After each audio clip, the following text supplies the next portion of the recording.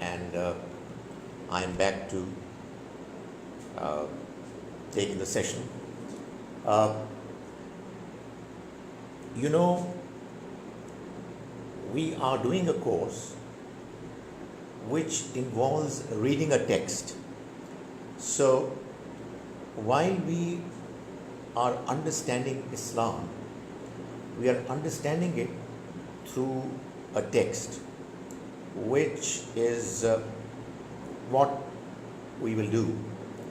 Now, while going through the text, I'll try to explain to you the meanings of it as and when I will be able to overcome this problem. I hope this problem should be over. Forget about it. Okay. No, doesn't go that hard. Let me try a trick. Not very smart at it, but let me try it.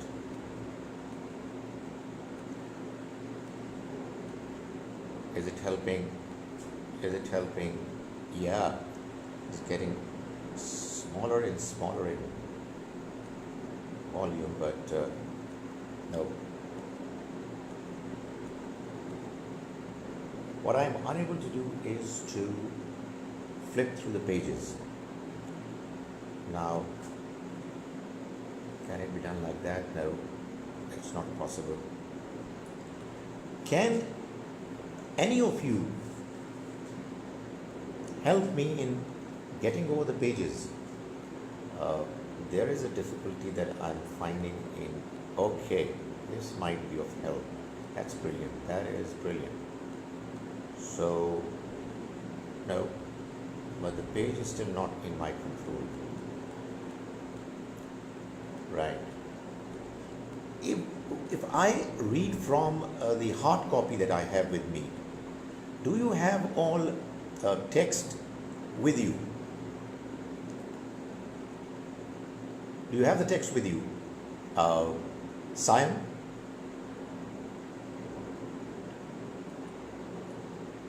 Do you have the text with you? Simon? Simon? You don't have the text? No.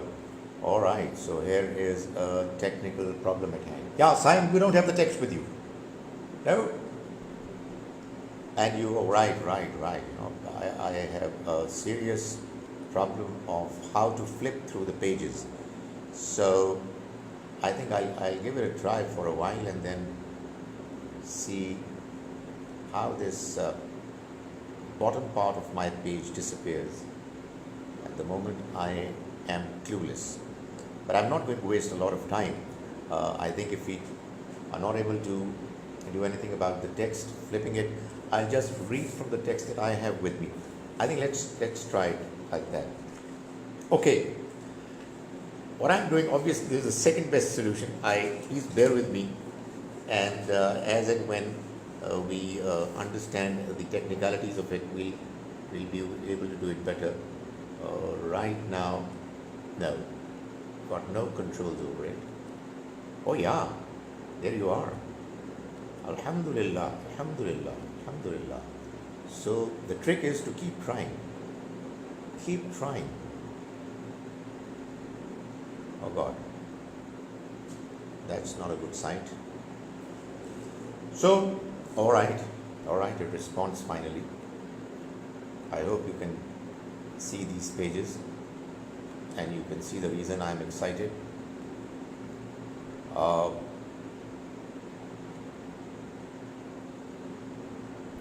In the last session,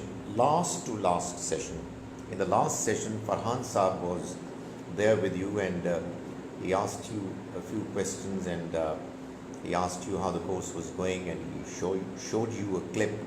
I hope you remember that clip by a gentleman who explained the importance of the life hereafter compared to this life. You all remember it? Is that in your mind? Do you remember it? Asim? The example given by a gentleman who had a long rope with him. He was trying to explain to you how this life compares with the next life. Qasim? Yes, you remember. That's great. That's great. Absolutely brilliant. So it really means that what we do in this class, we do have that in mind. Now, what I'm trying to do is to reach the part of the text that we are going to do today. It's taking its time and making us wait. But what we have seen is that it does happen. The religion of Islam. We did the Quran and the Sunnah, the two original sources of Islam. And I hope you remember, you recall the fact that I talked about the fact that both Quran and Sunnah are equally authentic, reliable.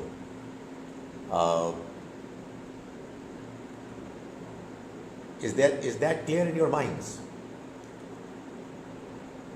Can anyone explain to me how we feel confident that the Quran and the Sunnah, the way they are with us, are authentic, reliable, and we feel confident that the way we have with us, both the Quran and the Sunnah are the very same. Jasim Khan. Jasim Khan, do you have any idea? How do we feel confident, Jasim, that the Quran and the Sunnah are both the very same as were given to us by the Prophet, may God's mercy be on him? Why is it that I am not? Oh yeah, Jasim. Any idea, Jasim? You are on air.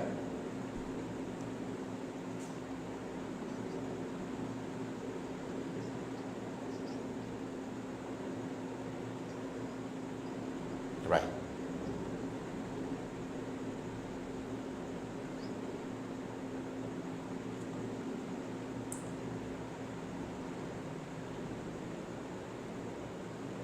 What's that?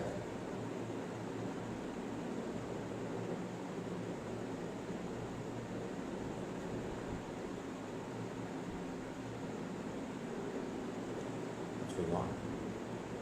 It all stopped.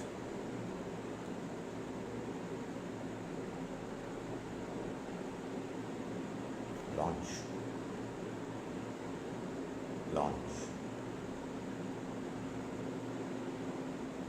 Oh goodness me, this is a technical problem. Launch. 22 registered, September 3.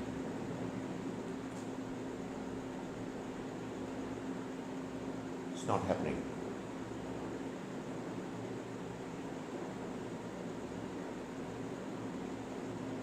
It's not happening. It's happening now.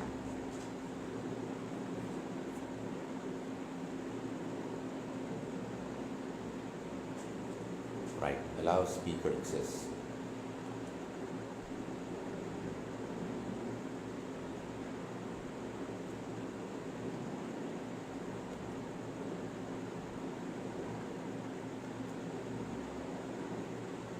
Right, speaker,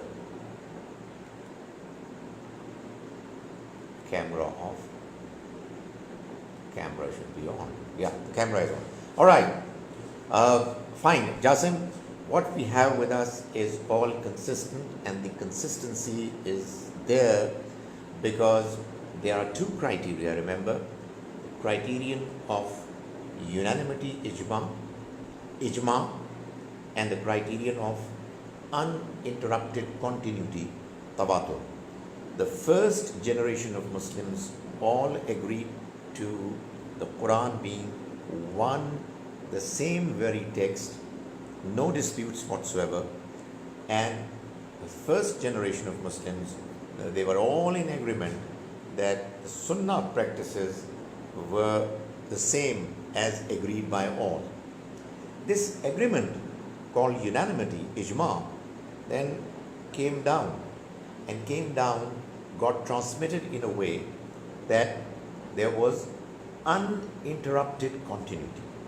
Now, we are talking about the essence of religion. The essence of religion in Quranic terms is ibadat, worship of God. That's the basic spirit, essence, rationale of religion. Worship, ibadat, the word, means humility and servility. You see, you come to this world, and when you grow old and mature enough to think, understand, question, one of the immediate things that comes to one's mind is that we are living in a world which is big, tremendous, impressive, and the one who has created it is the one who is mighty, who has attributes, qualities which are extremely impressive, attributes which are not limited but are unlimited, and so on. So the awe, the effect, influence that it has on an individual who is pure in his nature, whose nature is not affected, contaminated, spoiled by evil deeds, evil thoughts, he is inclined to do ibadat, which is to feel humble, to accept, acknowledge the greatness of the one who has created, and therefore the response is of humility. If this humility and servility exists in a person with a true comprehension of the mercy, power, providence, and I hope it moves. Goodness me. Total pages. This is this right direction. Where is the other one? All right, this one. Providence. No. Let's move back. And wisdom. So there were a number of attributes mentioned of God. Let's move back. Mercy, we know mercy. Power, strength, providence. You know providence? He provides. Whatever we need is being taken care of. He's providing for them. So that's another quality of God. And wisdom. It's all being done intelligently. When a person realizes that all these attributes of the Almighty are there, then it is instrumental in totally humbling a person before Him with His great love and great fear. Now forget about the fact that you don't see me. Let's concentrate on the words. I hope that the light would reappear. What it is saying is that when a person realizes all these attributes of God, then the individual begins to humble himself, finds himself humbling before God with his great love and great fear. This humbling of the person before the Almighty is in fact an internal feeling. You see, this is basically an internal feeling. Let me give a try to another light, so please bear with me for a few seconds.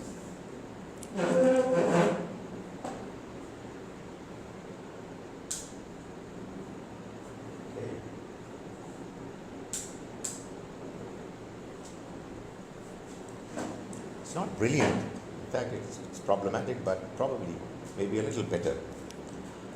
So, this humbling of a person before the Almighty is in fact an internal feeling. That is, you feel from inside that it's all influencing you, impressing you in a way that you feel small. You feel that your Creator is great, and compared to Him, you are very ordinary. Now, remembering God, expressing gratitude to Him, thankfulness to Him, fearing His displeasure, devoting oneself to Him, showing trust in Him, submitting oneself and all of one's affairs to Him, and pleasing Him at every step. All of these are the inner manifestations of this relationship between the worshipped God and His worshippers. Did you get the point? That is, when you have this feeling in you of God being great, and you compared to Him being very ordinary, you have within you this feeling of humility, servility, and this feeling is the essence of ibadat. Is the essence of religion, which is to worship God. Now, when you have this feeling and you start appreciating, realizing that God has some very impressive attributes which are manifesting themselves. That is, they are showing their results before you. The individual remembers God, thanks God, fears that he might be displeased, devotes himself to God, doing what he expects him to do, and trusts God. He knows that he cannot do everything, and therefore he is trusting God. And likewise, there are these reactions, responses. All of these are the inner manifestations of this relationship between God and humans, the worship God and His worshippers. That's what ibadat is. In the external self, now this is happening inside you. You are thanking Him, you are trusting Him, you are giving yourself to devoting to Him, and so on. In the external self, that is the physical self that you have, this humility and servility appears in the external manifestations of worship. You see, the same feelings that you have inside you, they are expressed in the form of worship, which is to kneel. You do ruku, you prostrate, you do sujood, you glorify and praise the Almighty, you say Allahu Akbar, you say Alhamdulillah, supplicating before Him, you pray to Him, you ask for His help, and devoting life and wealth for His pleasure. You say, everything that I have belongs to Him, and my wealth is for Him, my time, my energies, all are devoted for His pleasure. Now, all this is ibadat. That is the essence of religion. Now, however, since a person is not just beliefs, is not just feelings, he also has a practical existence in this world. This worship relates to this practical existence as well. That is, we are living a life, practically leading a life. So, that practical existence demands that we also be obedient to Him. So, practical existence as well, and in this manner becomes inclusive of obedience. That is, we follow what He says. How is it possible that we glorify God, we kneel before Him, prostrate before Him, we thank Him, we trust Him, But when it comes to his expectations from us in the practical life, we don't oblige. It's not possible. So it now requires that a person's outer self also bow before the Creator, before whom his inner self has bowed.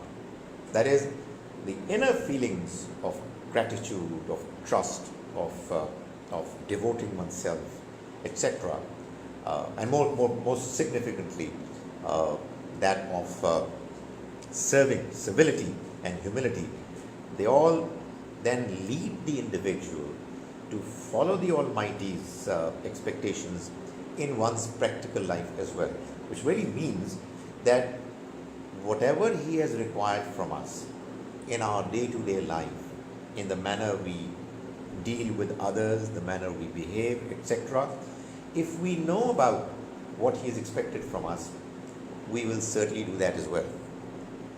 Right now, I think I have a bad habit of speaking too much, and I would now like to know if any of you would like to chip in with some ideas, a question, a comment, or what, anything, or would you like me to move on?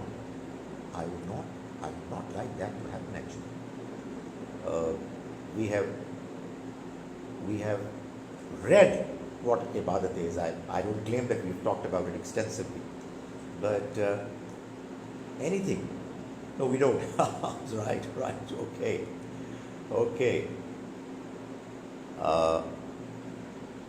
Here, no hands raised. Right. So it means that you want me to move on.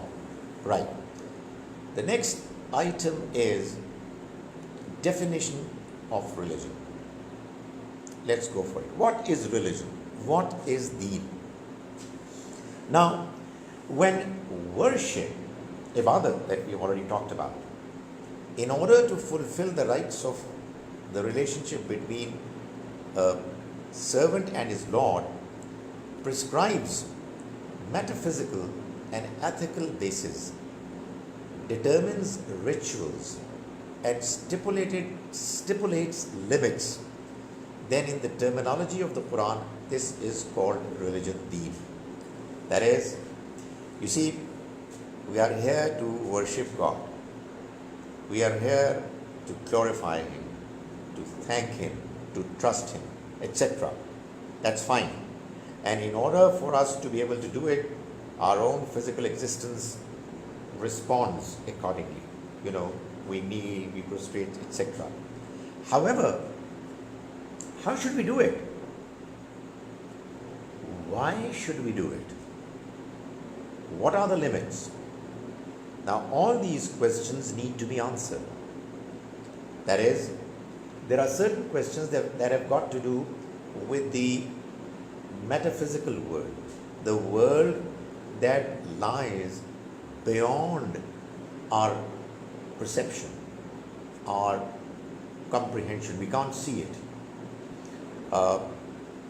How is this worship to be relevant to that world? How is my worship going to be related with God? How is it going to be related with another world if it's there, etc.? What is the moral basis of it? How should it all be done? What are the limits? When you start talking about these things, after understanding that you are here to worship God, then you are entering the domain, the territory of religion. You're now defining it. It's now going to be clarified in detail, in its clear boundaries. You will be made to understand God's message, God's expectations. That's what deen is. The form of this religion, which the Almighty has explained to mankind through His prophets, is called the religion, ad-deen. That is, Humans can also come up with their understanding of what deen is. They can come up with their own explanation of how our Creator should be served. However, the Creator Himself has responded to this need of humans and given us a message, a religion. That religion, the Quran describes as ad-deen, the religion, God's religion. And its followers are directed by the Quran to fully and faithfully adopt it in their lives and not to create any divisions in it. The Quran asks us that the religion God has given to us, we must adopt it. We must accept it and follow it, embrace it. And the Quran also requires that we should not create any divisions in it. In other words, everybody should follow the same religion, understand and follow the same religion. That's what God's expectations are regarding His religion. Okay. Now, so what we have talked about as yet today is the essence of religion, which is ibadat. And then we have talked about ad-deen, the religion that God has given us, which is the description of the boundaries, the details, the links, relationship with the world that we cannot see. These are the two things that we have talked about as yet. And I'm looking for those hands, if there are any, for people to ask. And mind you, some stage, all of a sudden, you might find somebody getting a cold call. You know what a cold call is? A cold call is a call which anybody can get anytime without any warning. So you will be caught without you realizing it. Anyway, but right now I proceed and wait with anticipation and hope somebody might chip in with some comments or questions. Content of religion. What is this religion talking about? What is the subject matter of it? What are the different parts of this religion? The metaphysical and moral basis of this worship, which have been prescribed by religion, are called al-hikmah. That is, this religion, ad-deen, it has two components. One of them is al-hikmah, which is the metaphysical and moral basis of this worship. It has two components, al-hikmah. One is metaphysical basis, that is imaniyat, faith, and the other moral basis, the morality and ethics that all humans share. It's common to all humans. They are al-hikmah, and rituals and limits prescribed for it by religion are called al-kitab by the Quran. The other part of this religion, ad-deen, is al-kitab, which has to do with those practical aspects of religion where the rituals and limits are prescribed for it by religion, and it is called al-kitab. This al-kitab is also called sharia, which means law. Now, there should be a question in one's mind that al-hikmah has morality, moral basis, and al-kitab is the law, the sharia. Are they different from each other? Are they not the same? In other words, a question that should arise in one's mind is that is telling the truth and staying away from telling lies, is it al-hikmah or is it al-kitab? Uh, can I ask this question? Is staying away from telling lies al-kitab or al-hikmah? This question goes to Rija Arif. Is it al-kitab or is it al-hikmah? Rija, what do you think? Telling lies, speaking the truth. Do you think it would belong to al-kitab or al-hikmah? Al-hikmah, that's spot on. That's spot on. How do you say that?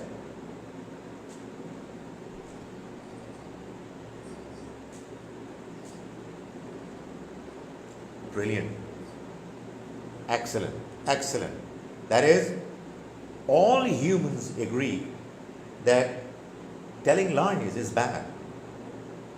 Speaking the truth is what is desirable. Therefore, it belongs to al-hikmah. It belongs to the domain of morality. However, there is another component of al-hikmah, of deen, which is al-kitab, which is the sharia. Now, al-hikmah has always remained the same in all revealed religions.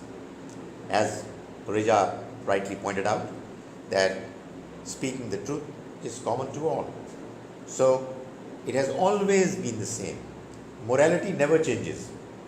You know, it's not that morality in China is different from morality in America. You might have a question in mind there. Honestly, is it true?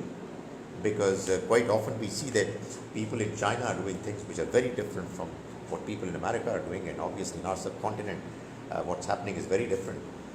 And yet we claim that morality is the same. Well, let's have this question in mind. You know what? If you have questions in mind, you will always be eager to get answers to them. And when somebody is going to help you in knowing the answer, you will be thankful. And you will always remain eager to find answers. The trick is to keep your mind alert, agile, and to keep asking questions and to keep looking for answers to those questions. So, the question that I have raised, I hope it stays in your mind, is if morality is the same all over the world, why is it that we find that quite a lot that people do in their customs, traditions, practices, etc., they are different in different parts of the world? But let's move on. Oh goodness me, why am I trying to... No, this is wrong. No. Let's get back. Yeah.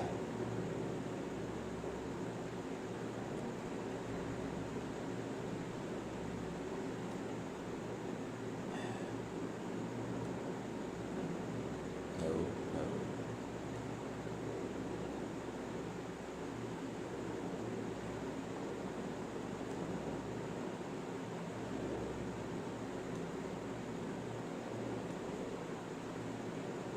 That is one problem with me.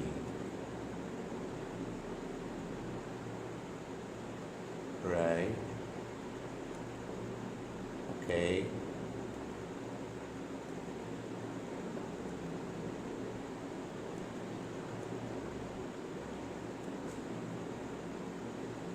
It's taking its time. Attributes. Why did I have to fiddle with it? But I think from the point of view of students, it's not a bad idea that you get these God-given, God-sent breaks. As students,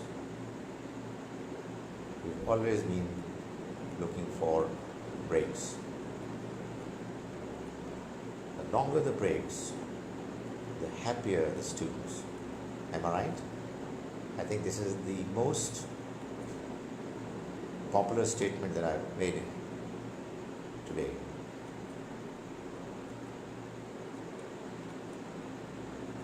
Right.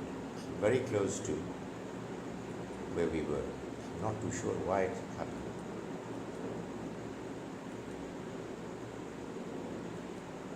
Yeah.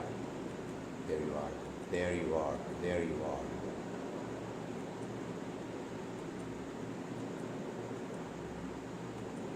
Yeah. So Al-Hikmah has always remained the same in all revealed religions. However, Al-Kitab has remained different due to evolution and change in human civilizations and societies. You know, what is good and what is bad would never change.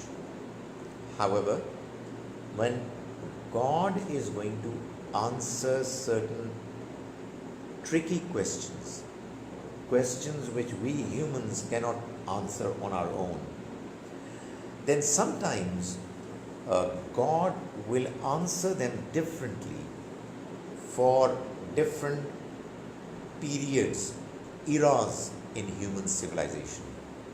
Why? Because civilizations sometimes tend to change their expectations. So, for example, there was a time when the economy of humans was primarily based on agriculture and livestock. That was what wealth was all about. A wealthy person would have lots of land, will cultivate a vast area of land, and will have lots of animals and livestock.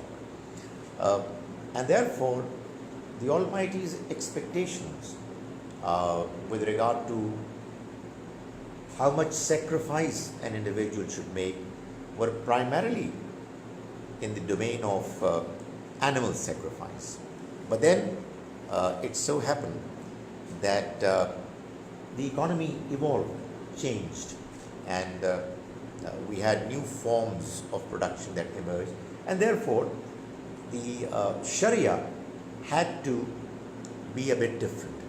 Now, a study of divine scriptures shows Sharia constitutes the major portion of the Torah, that is Torah, which is the Old Testament. The first 5 books of the Old Testament are normally called Torah, the Pentateuch.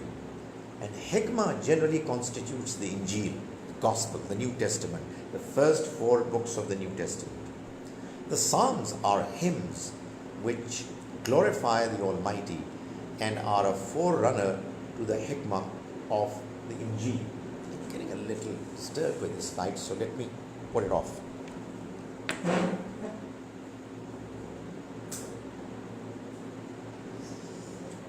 I hope it's better now. I hope a little better. So, we know that the Quran mentions, and there are 3 famous books of the Almighty that had come before the Quran: Torah, Zabur, Psalms, and Injil, Gospels. So Torah is essentially Sharia, it's the law, and Injil is essentially Hikmah, talks about morality, talks about faith, and Psalms are hymns. They are expression of God's glory, expressions of gratitude and thankfulness, which have been expressed in the form of poetry, and they have come before Injil as its forerunner. The Quran was revealed as a masterpiece of literature comprising both Sharia and Hikmah. So you find in the Quran both Al-Hikmah and Al-Kitab. In Torah it is one far more than the other. In Injil it is the other and hardly anything from the book. from the law, from Al-Kitab. In the Quran, you have got both, as well as the beautiful expression of the Almighty's glory, which you find in Psalms.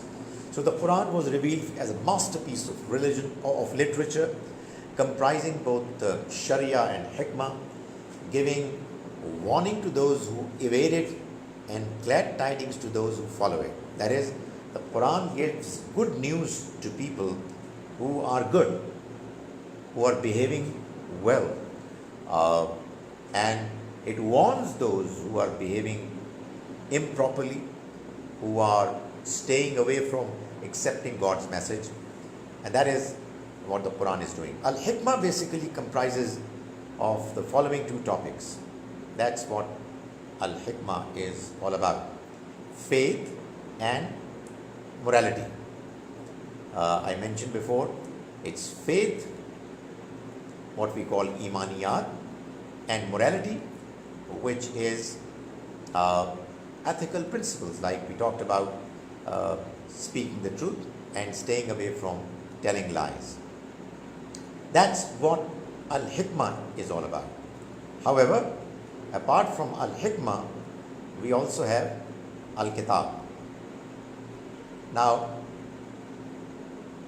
Al-Kitab comprises of the following 10 topics. That is, in the Quran, you either have the mention of faith, iman, or morals and morality, and it's mentioned over and over again. And you know what? One thing very interesting. The Quran keeps stating that it's a reminder. You are reminded of only what you already know. And the Quran says that it's a reminder because we already know what morality is. So it just reminds us that we should stay as good humans. But a question that comes to one's mind, and I want this one to be the second question that should be there in your minds. I hope you remember the first one. Second question that I'm raising is, and I might ask some of you, if the Quran calls itself a reminder, and it's a reminder because morality, ethics is what we already know, but we tend to forget, so that the Quran reminds us about them. But how is a Quran reminder when it talks about faith, when it talks about the unseen world? That's a question. Al-Kitab comprises the following 10 topics. The Sharia, the law of worship rituals. The social Sharia, that is the law that relates to how we should deal with each other. The political Sharia, right? So, in political matters, what should be done? The economic Sharia, the Sharia of preaching, Sharia of jihad, the penal Sharia, the dietary Sharia, Islamic customs and etiquette, and oaths and atonements. That is what Sharia is all about. Nothing more, nothing less.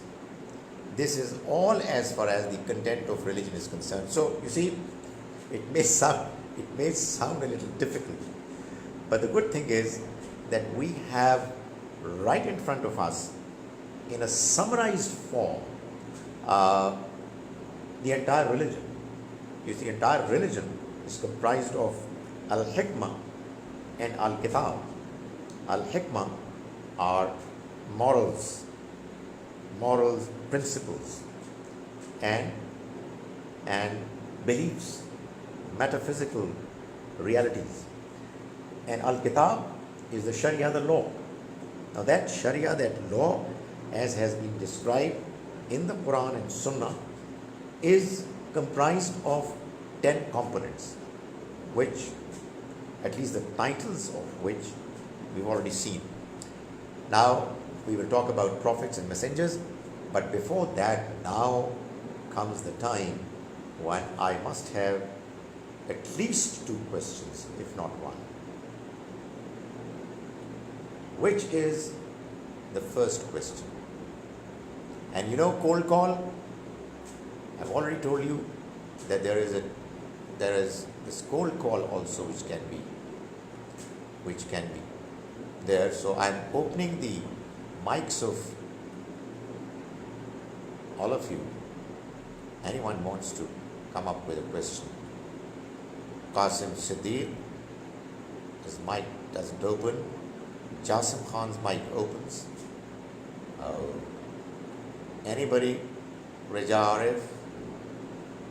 No questions. Gibran Haroon?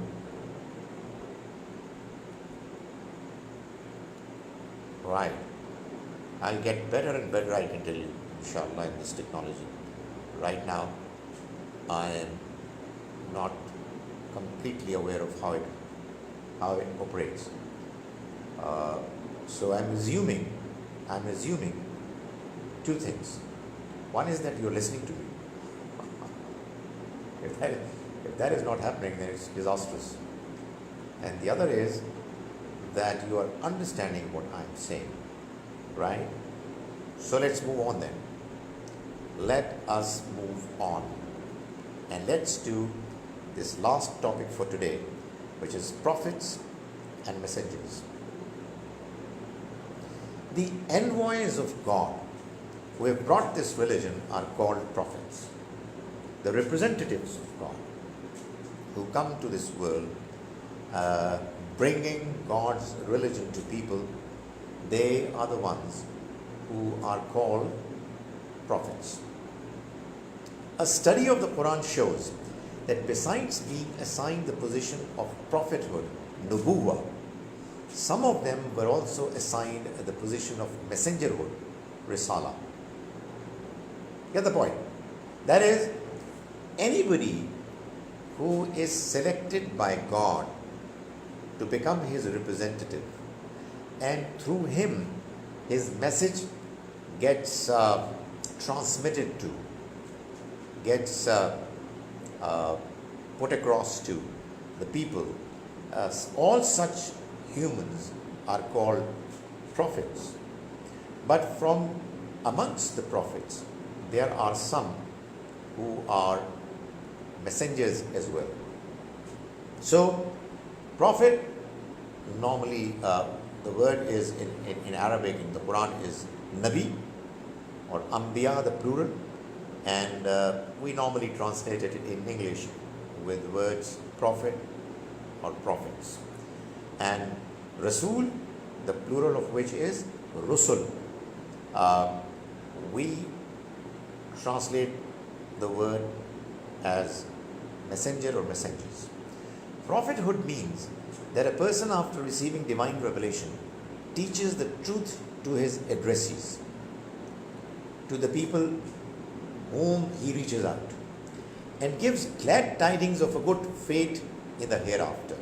That is, a prophet delivers God's message to people and gives them the good news that if they are going to behave well, they will succeed in the life after death,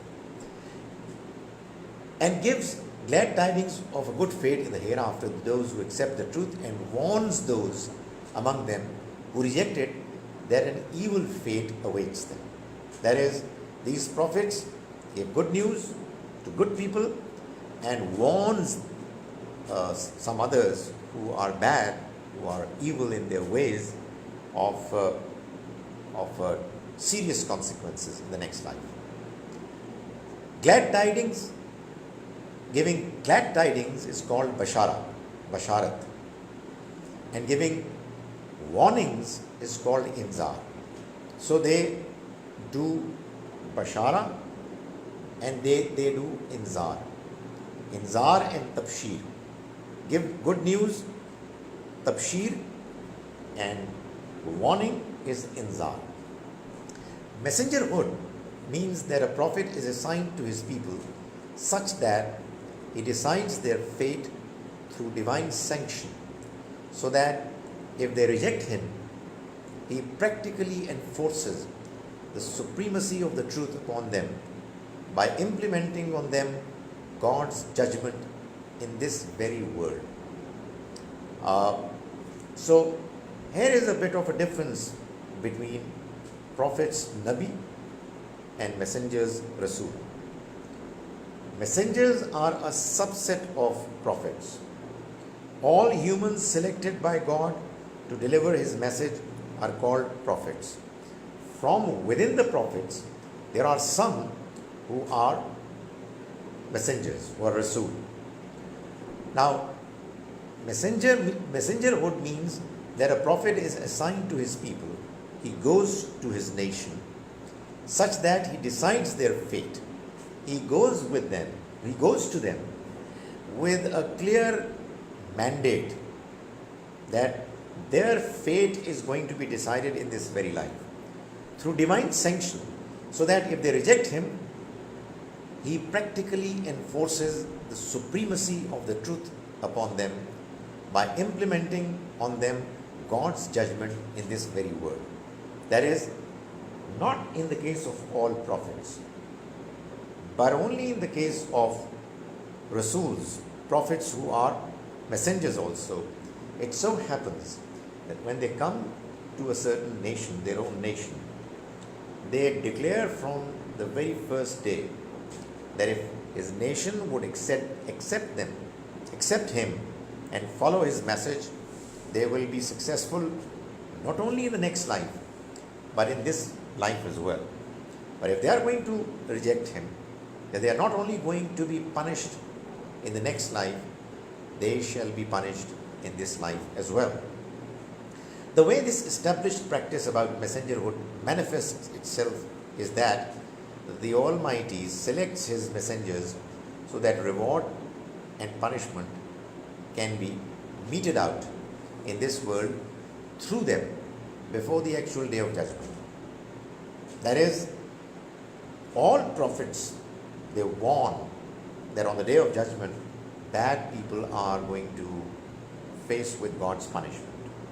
And they give good news that good people are going to succeed and will have a beautiful, excellent life to lead after judgment is done and pronounced.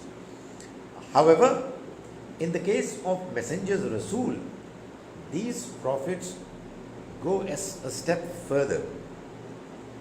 They tell their nation, for you who are my immediate addressees, I am telling you that if you will be good, you will get reward in this life as well. In other words, your reward would start from here. And if you do bad, you will be punished here as well. Your punishment would begin from this life onwards. So it becomes a miniature rehearsal of what is going to take place on that day. You know, the big judgment day that is going to take place after this worldly life, this world, it folds itself. Its life comes to an end. The next life is going to begin. But there is a rehearsal of the next life, which is done in its miniature form in this life when God's messengers come, and only in their case. These messengers are informed that if they honor their covenant, their promise with God, they will be rewarded in this very world, and if they do not do so, they will be punished in this very world. The result is that the very existence of these messengers becomes a sign of God. Obviously, when they are doing it, their presence, their prophetic or mission of being messengers, the way they deliver the message, the way things happen around them, you can see God's signs all around. The result is that the very existence of these messengers becomes a sign of God, and it is as if their people can observe God walking on earth with these messengers and delivering His verdicts. Not physically, you can never see God physically here, but through His deeds, through His acts, through His decisions, you find as if God is there alongside his messengers. They are also directed to propagate the faith, propagate the truth they have seen from the mind's eye to the people and deliver with full certainty the very guidance of God the way they have received it from Him. So they present God's message most confidently because they have received it from Him directly in the form of divine revelation, about which they're absolutely confident. In the terminology of the Quran, this is called shahada, testimony. They are testifying for God, giving shahada for God. Once this is established, it becomes a basis of the judgment of the Almighty, both in this world and in that to come, in the next world. That is, once messengers are able to deliver God's message properly in the right manner, through the help of God Almighty, it becomes an evidence for the people. They become God's witnesses. God's witnesses. You must have heard Jehovah's Witnesses. That is exactly what it means. God's witnesses. They become by delivering His message and by showing to the people that that's the way God functions. That's the way God operates. Once this is established, it becomes a basis of the judgment of the Almighty both in this world and in that to come. That is, that the Almighty would decide about those people who receive those messengers in this life as well as in the next life, on the basis of how the messengers deliver God's message. Consequently, the Almighty grants dominance to these messengers and punishes those who reject the message presented by these messengers. That is, ultimately what happens is that the messengers, they prevail, they dominate, and those who rejected them, they all doomed. They failed. They were met with the Almighty's punishment in this very life. This happened in the case of messengers, Rasul, not necessarily in the case of all prophets, all Anbiya. This position of Shahada was bestowed, besides messengers, upon the progeny of Abraham too. That is, Ibrahim alayhi salam, Abraham. After him, the Almighty decided that it's not going to be individual messengers, but an entire family of Abraham alayhi salam, who are going to be given the same status. For this reason, the Quran called them an intermediate group between God's messenger and His creation. Ummatam wasata, an intermediate group between God's messenger and His creation, and asserted that they have been chosen for this position, just as the Almighty chooses some great personalities among mankind and grants them the status of a prophet or a messenger. So after Abraham, it is now his family, his progeny, who have been given the status which used to be enjoyed only by the messengers before him.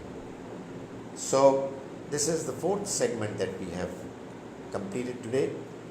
I hope you have understood at least something, some part of what I mentioned today. We started off with the essence of religion, and which was ibadat, and then we went on for the definition of religion, and we talked about what religion is all about. Then we talked about the contents of religion, and finally we talked about prophets and messengers. Now I am going to have some questions before it all ends, from either Qasim or Jasim or Reja, or okay, I'm doing just the opposite. Anybody, anyone who would want to make comments ask question one or two or anything? Who is it? Who amongst you is getting ready?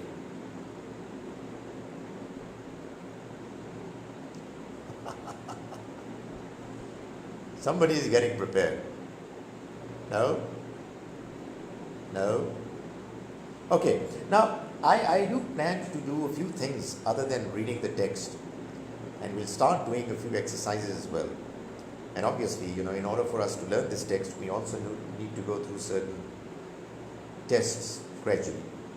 But this text is what we need to learn. Here is notification. Saima Khwaja raised his hand. Okay. Saim, how do I reach out to you? Saim. Can you not, Saim, do it yourself? No? No, Saim? How is it going to happen in your case? Ow. Wait a minute. Yeah. Saim. Where is Saim? Saim. Khwaja.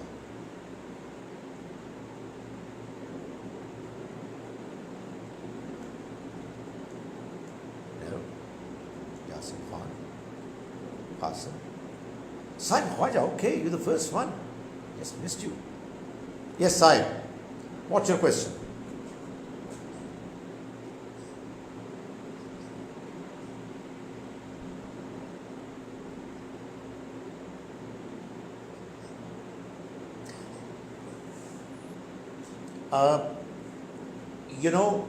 One thing I mentioned, that the messengers came individually only before Prophet Abraham.